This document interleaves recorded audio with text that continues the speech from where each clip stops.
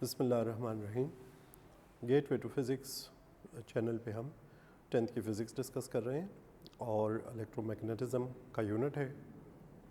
इससे पहले हम फ्लेमिंग्स पिछला लेक्चर हमारा जो था फ्लेमिंग्स लेफ़्ट हैंड रूल पे था और लेक्चर की क्लोजिंग पे हमने आपसे एक बात की थी कि अब हमारी अगली यानी पिछला लेक्चर, अभी का आज का लेक्चर और कल का लेक्चर, ये कोशिश तो मैं करूँगा कि कल के लेक्चर को आज के लेक्चर में ही एकोमोडेट कर दें और उसको समझाने के लिए जो ज़रूरी चीज़ें हैं वो डिस्कस कर लें।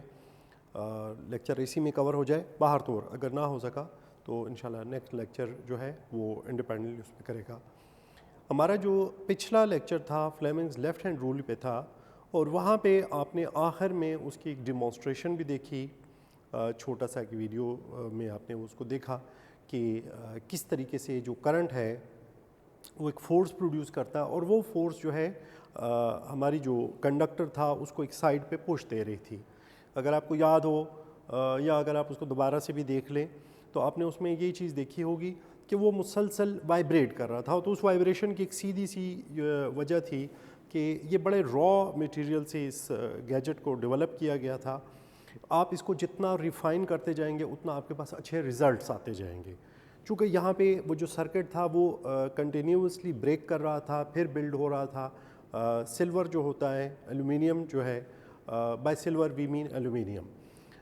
एल्युमिनियम चूँकि रस्ट करता है इसके ऊपर जो है, तो रस्ट की कोटिंग बनती जाती है जो कि इसकी कंडक्टिविटी को डिस्टर्ब करती है। इसी वजह से जब वो कनेक्टिविटी उसमें आती है, करंट पास होता है तो मैग्नेटिक इफेक्ट प्रोड्यूस होता है जिसको हम उसमें देख सकते थे। हमारी आज की जो डिस्कशन है वो पिछली डिस्कशन से सिर्फ एक स्टेप आगे है, उसमें कोई बहुत बड़ा जो है तो उसके अंदर चेंज नहीं होगा। हमने ये बात की कि हमारे पास ये एक परमानेंट मैग्नेट है। अच्छा, यहाँ डियर स्टूडेंट मैं आपको ये भी बता दूँ, टॉपिक का नाम भी मेंशन कर दूँ। बाज़ दफ़ा स्टूडेंट्स ये कहते हैं, हमारे स्टूडेंट्स की जो आरा होती हैं, सजेशन होती है, बड़ी इंपॉर्टेंट होती है। वो कहते हैं जी आप नाम लिख दिया करें। तो करंट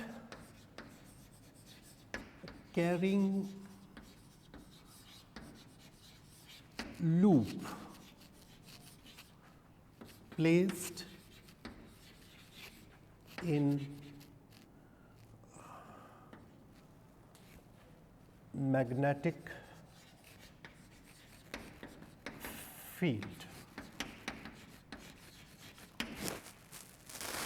अब लूप वो चीज़ है जो स्टार्ट होती है, यूं एक चक्कर लगाती है और चक्कर लगाकर वापस अपने उसी स्टार्टिंग पॉइंट तक जो टर्मिनल्स हैं वहाँ तक आ जाती है। So this is a loop. It can be a circle, लेकिन यहाँ पे समझाने के लिए बेहतर ये है कि मैं आपके सामने ये जो आपको, I hope it will be somewhat like rectangle. अब हम यहाँ पे वही पुरानी वाली बातें करेंगे थोड़ी सी रद्दो बदल के साथ। ये मेरे पास एक मैग्नेट है। वंस अगेन हो सकता है स्टूडेंट्स ये कहें कि जी आपने तो कहा था कि नॉर्थ साउथ अलहदा नहीं हो सकते। बिल्कुल मैं अपनी बात पे कायम हूँ और वो फैक्ट्स हैं, वो मेरी बात नहीं है। इसके पीछे साउथ भी है और इसी तरह इसके पीछे नॉर्थ है, लेकिन चूँकि मैंने इंटरेक्शन इन दोनों का देखना है और हमें ये पता है, सो यहाँ से ये जो लाइंस ऑफ फोर्स हैं ये यूं आ रही हैं। ये लाइंस ऑफ फोर्स यूं घूम के आ रही हैं। अब हमने किया क्या है कि हमने इस लूप को इसके दरमियान में रख दिया है। अब दरमियान में रखा है तो अब देखिए ये यूं है कि इधर नॉर्थ है, नॉर्थ से लाइंस ऑफ फोर्स निकल रही हैं, यूं आ रही हैं, और ये साउथ यहाँ पे है, साउथ में दाखिल हो रही हैं। अब ये जो नॉर्थ है ये मेरे पास ये पूरा का पूरा फेस ये नॉर्थ है। अब ये इससे लाइंस ऑफ फोर्स यूं निकल रही हैं और ये यहाँ पे मैं इसको यूं अपने हाथ पे ही रोक लेता हूँ, ये लाइंस ऑफ फोर्स को शो कर रहा है, और ये साउथ है जिसकी तरफ लाइंस ऑफ फोर्स आ रही हैं। बात सिर्फ इतनी है कि इसके अंदर अब ये जो मेरा लूप है, अब इसको देखिए, इसमें यहाँ से करंट दाखिल हो रहा है, यूं जा रहा है, यहाँ से मुड़ के ये करंट यूं आ रहा है और होते हुए यहाँ से एग्जिट कर रहा है। नाउ हम ये ज्यूम करेंगे कि जी जो भी है जिस तरह भी आपने उसको टर्मिनल दिए, लेकिन हमारा चूँकि यहाँ पे बेसिक जो इम्पोर्टेंट चीज़ है वो ये है कि यूँ करंट गया, इधर से स्ट्रेट रहा और यूँ घूम के आया। अब इम्पॉर्टेंट चीज़ जिसको समझने की है, देखिए ये लाइंस ऑफ फोर्स हैं, ये लाइंस ऑफ फोर्स जब ये अगर यूँ घूमेगा तो ये कभी जब ये परपेंडिकुलर होगा यानी यूँ होगा तो it will exert maximum force, जब ये यूँ हो जाएगा तो it will exert minimum force. ये जो फोर्स की क्वांटिटी है डायरेक्शन के साथ जब इसको हम लिंक करते हैं तो ये साइन थीटा का जो फैक्टर है बाय उस फैक्टर के साथ ये वेरी करता है। तो जब यहाँ पे एंगल 90 डिग्री का होगा तो that force will be maximum. हमारे स्टूडेंट जानते होंगे, नहीं जानते हैं तो आप कैलकुलेटर में साइन 90 की वैल्यू को चेक कर ले तो sine 90 is equal to 1 and sine 0 is equal to 0। So जब यहाँ पे साइन 90 डिग्री होगा तो ये मैक्सिमम इसके ऊपर ये फोर्स अप्लाई करेगा। अब ये फोर्स आ कहाँ से रही है, अब थोड़ा सा हम इस चीज़ को समझने की कोशिश करते हैं। यहाँ पे आपने देखा कि ये जो लूप है, इस लूप के 2 पॉइंट्स हैं। अब पहले भी मैंने आपसे कहा था कि जी हम पूरी वायर नहीं बना सकते, क्योंकि जब मैं इसको यूं देख रहा हूं, यानी अगर आप इसको सामने से देख रहे हैं तो आपको तो ये डॉट ही नज़र आ रहा है। यहाँ पे एक ये वायर है और ये दूसरी वायर है। अब मैं नेचुरली इनको दोनों को डॉट से जाहिर करता हूँ। इसमें सिर्फ और सिर्फ समझने की जो बात है वो क्या है, इससे करंट यूं आ रहा है, यूं घूम रहा है और यूं फिर नीचे की तरफ जा रहा है। बस इसमें समझने का पॉइंट ये है। अब जब यूं आ रहा है, this is my right hand, अब इसके ऊपर राइट हैंड को अप्लाई करते हैं। राइट हैंड मुझे बताता है कि ये यूं एक सर्कुलर मैग्नेटिक फील्ड बना रहा है, एक्चुअली एंटी क्लॉकवाइज है। लेकिन अगर आप इसी को देखें तो जब ये उलट के आता है तो उलट के ये कुछ यहां पे ये यूं घूम के ये आ गया। दरमियान वाले को चलिए यहां भी ये भी बना लेते हैं और ये हमारे पास। अब अगर आप देखें तो ये जो लूप है, जब इसके ऊपर से यानी ये जो इसके ऊपर ये जो इसकी इलेक्ट्रोमैग्नेट की वजह से जो सर्कुलर मैग्नेटिक फील्ड प्रोड्यूस हो रहा है और ये जो परमानेंट मैग्नेटिक फील्ड की लाइंस ऑफ फोर्स है, जब ये दोनों इंटरेक्ट करेंगी तो अब यहाँ पे वो वाली सूरत हाल नहीं है कि ये इसको डाउनवर्ड या अपवर्ड पुश करे। होता क्या है कि ये लाइंस ऑफ फोर्स ये इसको यूं इस तरफ को एक टर्न देता है, इसको इस तरफ को एक बेंड देता है, जिसकी वजह से लूप के ऊपर हमारे पास एक टर्निंग इफेक्ट प्रोड्यूस हो जाता है। अब ऑलरेडी मैं आपसे बात कर चुका हूँ कि वो जो फोर्स है वो क्वांटिटी ऑफ करंट पे डिपेंड करती है, लेंथ ऑफ कंडक्टर पे डिपेंड करती है और मैग्नेटिक फील्ड जो कि परमानेंट मैग्नेट की वजह से उस पर डिपेंड करती है।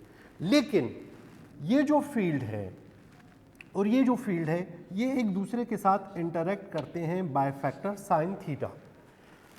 जब एंगल जब यू होता है तो ये जो एंगल है इसके ऊपर बिल्कुल 90 डिग्री का बनता है। जब साइन 90 हो जाता है तो हमारे पास ये जो फोर्स है वो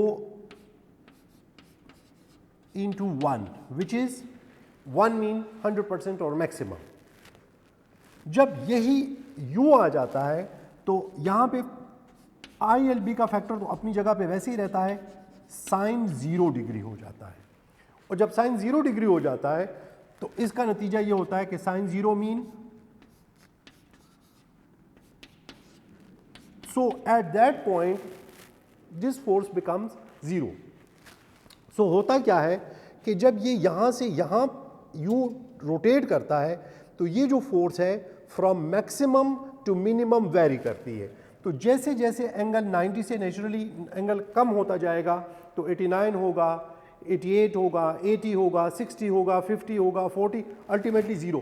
तो ये जो फोर्स की जो क्वांटिटी है ये फोर्स की क्वांटिटी कम होती जाती है और यूँ हमारे पास ये एक टर्निंग इफेक्ट प्रोड्यूस करता है।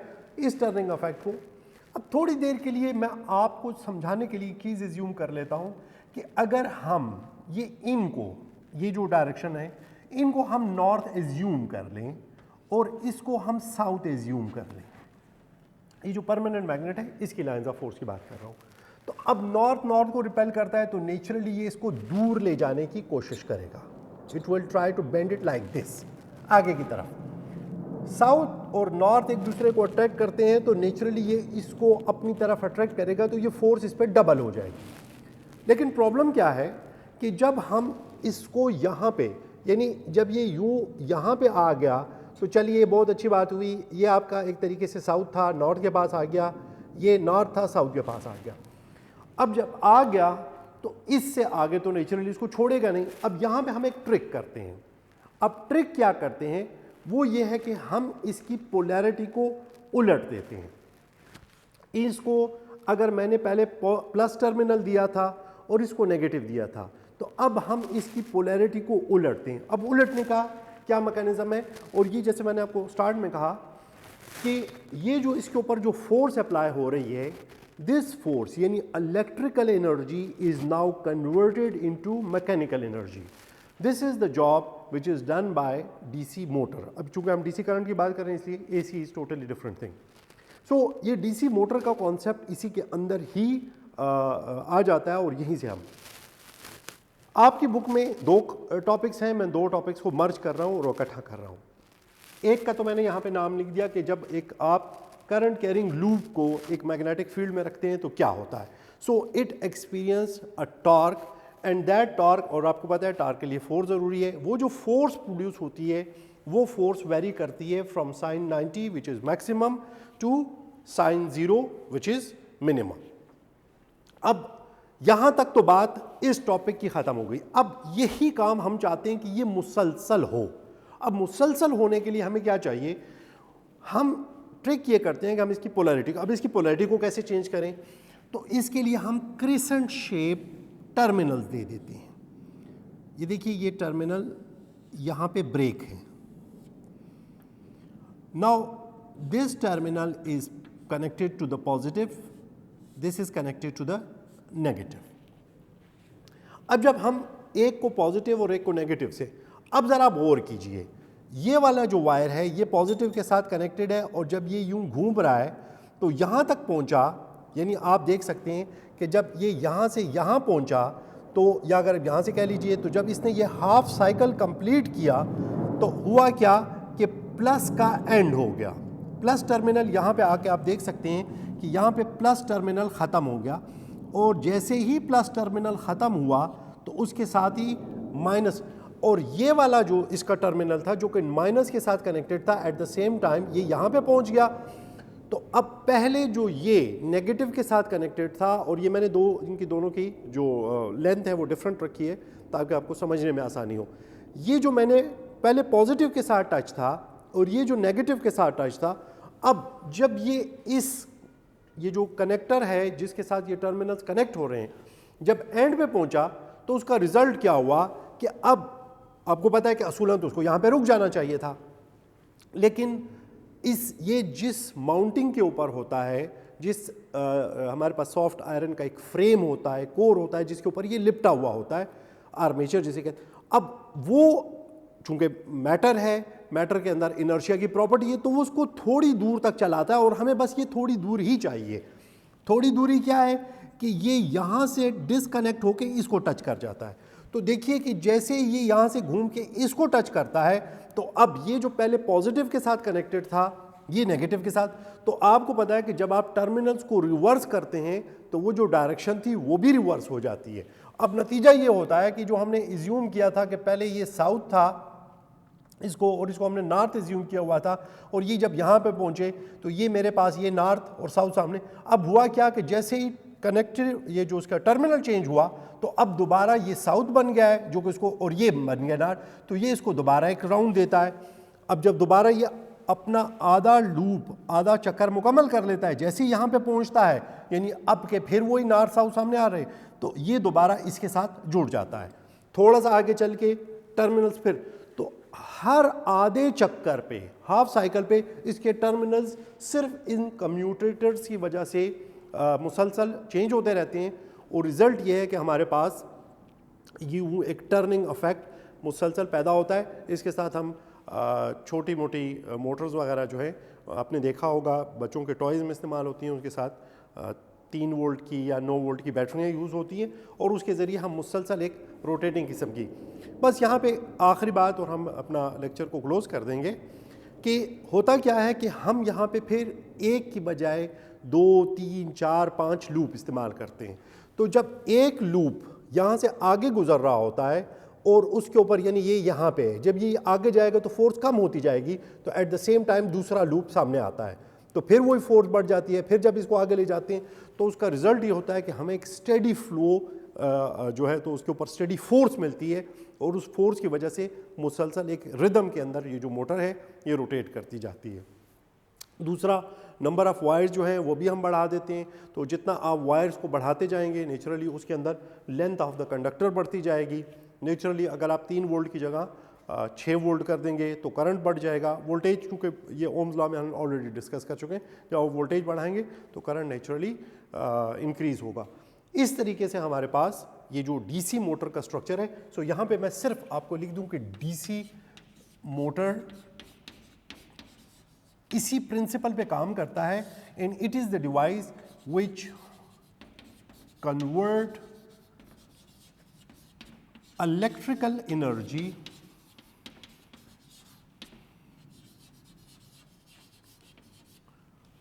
into mechanical energy. ज़हन में रखिएगा कि डीसी मोटर, देखिए नाम से भी पता चल रहा है कि it works on direct current. हमारे पास एसी मोटर भी है जो कि आमतौर पे एसी मोटर की सबसे सादा एग्जांपल वो पंखे हैं, वो फ़ैन हैं जो हमारे घरों में इस्तेमाल होते हैं। वो एसी पे काम करते हैं, वो बिल्कुल डिफरेंट चीज़ें हैं। और डीसी मोटर की जो कंस्ट्रक्शन है वो आपने देखा कि this depends upon Fleming's left hand rule. I hope lecture में जो चीज़ें थी डिटेल थी, आप बुक को स्टडी कीजिएगा, बुक को और इस लेक्चर को मिलाकर समझने की कोशिश करें। अगर फिर भी कॉम्प्लिकेशंस रहें तो उसमें भी आप जो है तो क्वेश्चन कर सकते हैं और इम्प्रूवमेंट के लिए सजेशन तो आप हर वक्त दे सकते हैं। So wish you best of luck. Thank you very much.